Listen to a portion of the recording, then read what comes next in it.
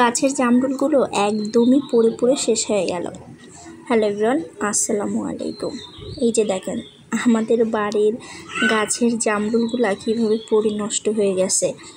অবশ্য বৃষ্টি হওয়ার কারণে জামরুলগুলাতে পোকা একদম নষ্ট তো হয়েই গেছে, পড়ে পড়ে আর পোকা হয়ে গেছে, যার জন্য আমরাও তেমন খাওয়া হয়নি। আর এই ফলের সময় কে কয়টা ফল খাবে বলেন তো? এদিকে আম পাকতেছে, জাম পাকছে, জাম তো খাওয়া শেষ।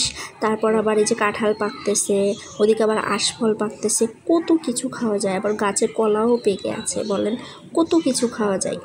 তো বৃষ্টির কারণে মূলত জামরুলগুলো পচেই গেল, খেতে পারলাম না বেশি আর কি। তো পরিস্থিতিটা কেমন, এমন বাইরের দেশে যেমন দেখা যায় যে আপনার কমলা লেবু, আপেল এগুলো পড়ে পড়ে থাকে, আর আমাদের দেশে হচ্ছে জামরুল, আশফল, আম এগুলো পড়ে পড়ে থাকে। তো ও দেশে যেটা ভালো হয় আর কি, আমাদের দেশে সেটা পাওয়া যায় না। আর আমাদের দেশে যেটা ভালো হয় সেটা ও দেশেও তেমন পাওয়া যায় না, মানে একদম টাটকাতা পাওয়া যায় না আর কি, পাওয়া যায় টাটকাতা পাওয়া যায় না। তো এই আর কি অবস্থা আমাদের।